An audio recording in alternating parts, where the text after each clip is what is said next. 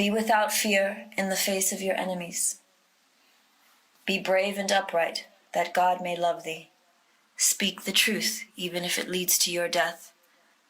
Safeguard the helpless and do no wrong. Guys, make sure that you get this. Come. See the Is that green lighting up? You see this is the white phosphorus. Yeah. You want to see it? Okay, so Nick had Patrick Schneider and sample bedganing. Ah, ja, okay,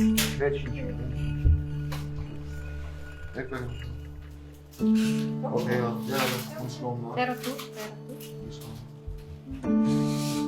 Okay, geht's mit Julie best paar Mal durch. They are waiting for you. But So we can go identify them, Yeah. and then we'll tell the government which ones are the names of the patients who we believe may have been infected with the white phosphorus. Is that the idea? It's widely known how decisive Azerbaijan's fleet of drones was to their victory over Armenia in the 2020 Nagorno-Karabakh or Artsakh war. As Azerbaijan pushed further into Armenian territory, Armenian soldiers took shelter from these drones under the cover of the forest. Between October 29th to 31st, Azerbaijan engaged in a sustained air assault using white phosphorus munitions to burn away the forest and kill the Armenians hiding within. Նայեք ժողովուրդ, այս անտարի մեջի կրակներն է կդնեք ոնց ով արում սաղ, այս զենքով իրենք սաղ անտարները պարար են տալ, ոչում, լակոտ են, լակոտ, չեն կարում կրվեն ուժը ինչ ասած մտածում են, սի չգիտեմ ինչ տեսակի զենք է ինքը, բայց շատ վատ զենք է. White phosphorus is an extremely poisonous and combustible chemical weapon that is appallingly mischaracterized in international law. Well, you have the Convention on the Prohibition of Chemical Weapons, you have the Convention on the Prohibition of Conventional Weapons, to which there's the protocol, the third protocol, which deals with incendiary weapons. And white phosphorus somehow slips through all the cracks.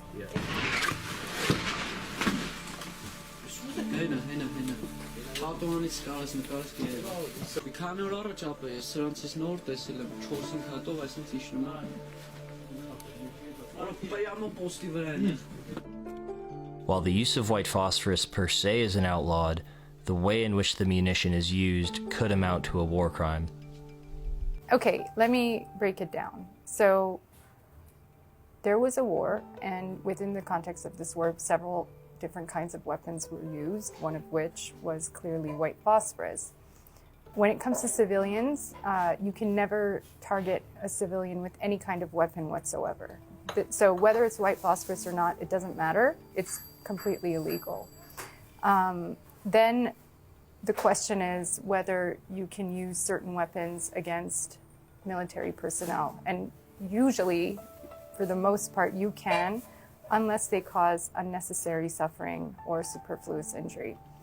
The case of white phosphorus, depending on where and how it's used, can also cause this enormous environmental damage like what we've seen. And that would be possibly qualified as a separate crime. Okay, we're rolling. Hi, my name is Armin Shaverdian. I'm a physical therapist from Southern California. We have brought medical supplies from Compassion in Action Glendale Adventist Health Center. These are the different types of X-fixes for orthopedic injuries and fractures, wound vacs, in addition to cauterizing machine that helps coagulate wounds quicker. This is a military hospital in Vardenis on the shores of Lake Sevan.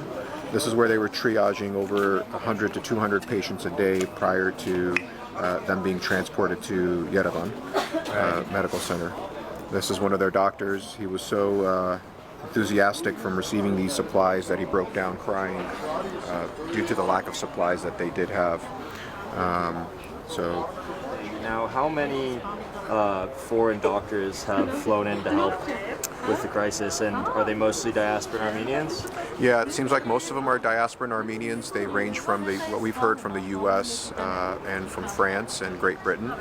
I would say there's a multitude of specialties that are here as well, from orthopedic and trauma surgeons to anesthesiologists, in addition to plastic surgeons and general surgeons. And was it you or was it the other guy? You said you were going to the burn hospital to treat victims of white phosphorus? Correct.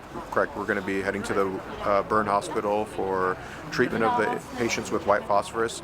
Unfortunately, we've heard that the research has shown that the white phosphorus injuries over time cause cancer as well. So we're trying to really understand the process and the best way to treat these injuries. They're really, really gruesome wounds. I mean, gruesome wounds. I've never seen anything like it. No. This is phosphorus? This is a phosphorus injury, a burn injury. As you can see, the necrotic tissue at the ends of the fingers. And what are the chances, if you've been injured by white phosphorus, that you'll get a cancer? I think the research states that unfortunately the incidence is really high. Wow. Yeah. So this sort of stuff should be condemned, obviously, by the United Nations and the world. Turkey should be sanctioned. Azerbaijan should be sanctioned. It's an unfortunate And what type incidence. of cancers does this stuff cause?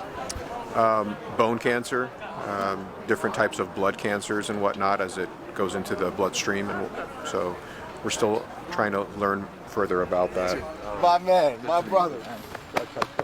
My pleasure. My pleasure.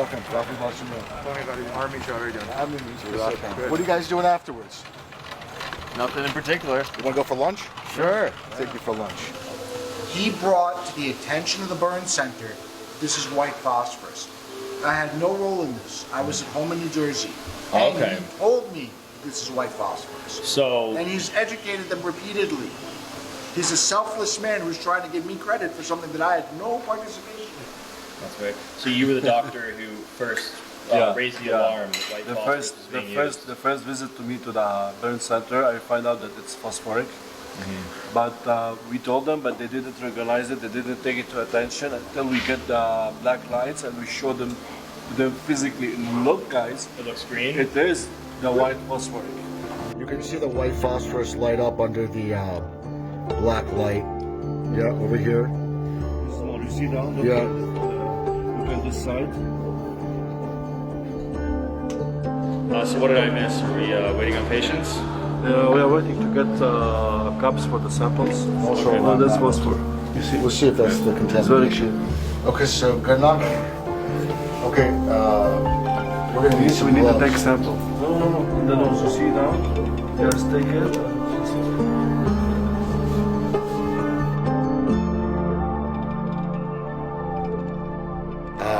So we went ahead and we document taking the sample, and Dr. Fuad has the sample with him. We'll be taking it to the burn center, okay, and send it for evaluation. Here? My training is in burn surgery, fellowship training in burn surgery and advanced laparoscopy and bariatrics. So I came here because a friend of mine said that, you know, they need burn surgeons. So I went ahead and connected with a doctor who's working with the hospital, and he told me the serious nature of their lack of supplies and resources and support. I was very concerned, so we went ahead and sent them supplies immediately. Within a week they arrived, including a surgical mesher as well as Silvadene cream. They didn't have Silvadene cream. That's the basic cream that we use in burn surgery for burns.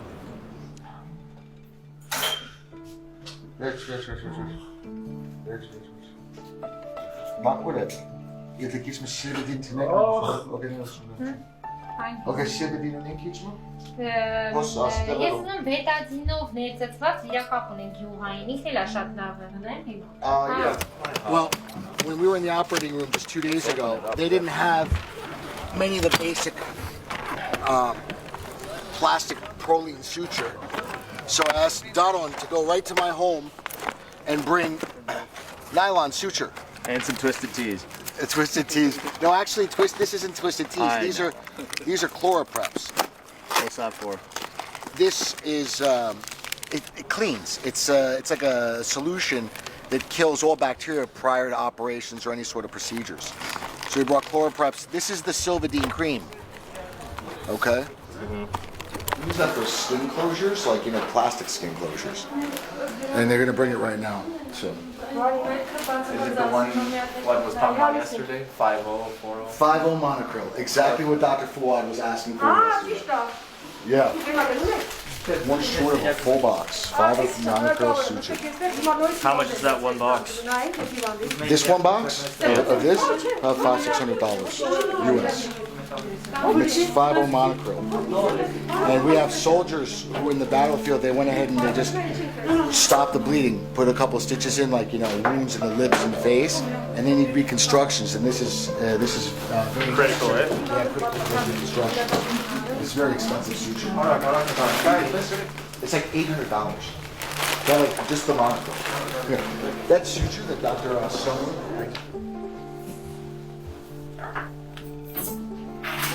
Եվ 110-ից մինչև 200 աշխատում է։ Տեսինակ canister-ներն է։ Look at this.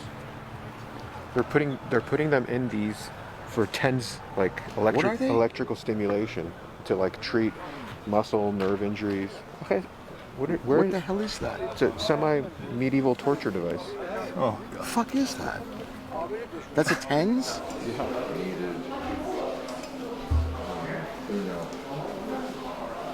Բայց դու հասանյանը պետք է դեսել է։ Ինքը հասանյանը շուտ է։ I don't need shit to them. Քոչինյան Մերուժ։ Merush Koshinyan. Այո։ Nazi Barserian is head of Davtashen National Burn Center, where she's been working for 17 years. Between April and August 2020, she volunteered at Serb Astvatsa Mait Medical Center to treat COVID patients. With the Armenian healthcare system already spread thin dealing with the pandemic, the burn center was seriously unprepared to deal with the influx of victims from the front line when war broke out. Նախ ասեմ, որ մինչև պատերազմը մեր հիվանդանոցը արդեն աստիճանաբար վերազինվում էր, սակայն իհարկե դեռ չէր հասել այն բավարար նյութատեխնիկական ապահովմանը, որը կենթադրեր ամբողջական բարձր մակարդակի բուժսպասարկում բոլոր հիվանդների համար, անկախ նրանց մեծ քանակից։ Սակայն արտասահմանից մեծականակ օգնություն եկավ եւ դեղորայքի տեսակետից եւ վերակապական նյութերի տեսակետից եւ ինչու ոչ նաեւ տեխնիկական, որը բավականին հեշտացրել է մեր, այսինքն բուժանձնակազմի աշխատանքը եւ բնականաբար դրանով նպաստել է բուժ սպասարկման որակի բարձրացմանը։ So, how did you know it was white phosphorus? Have you treated white phosphorus victims before this war? I experienced this in Lebanon. Okay. We have seen it before. We have treated with it before. So we know how to work with it. Most of the soldiers who came from the front line, they came with their clothes to here. So they was not washed up from the phosphor there.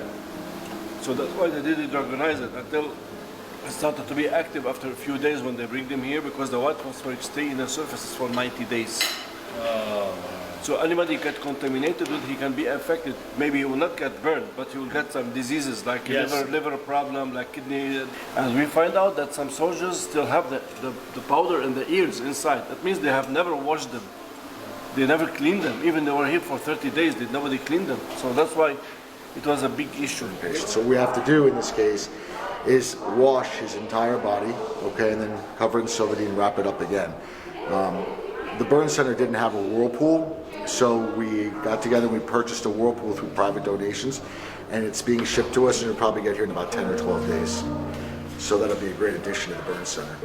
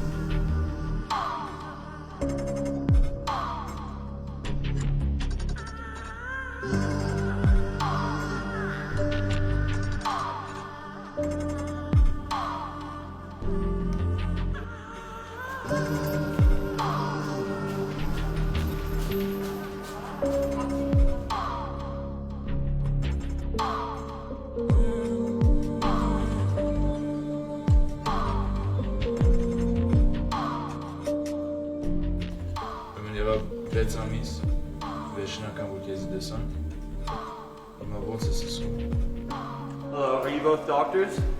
Yeah, And you've come from France to help victims of the war? exactly.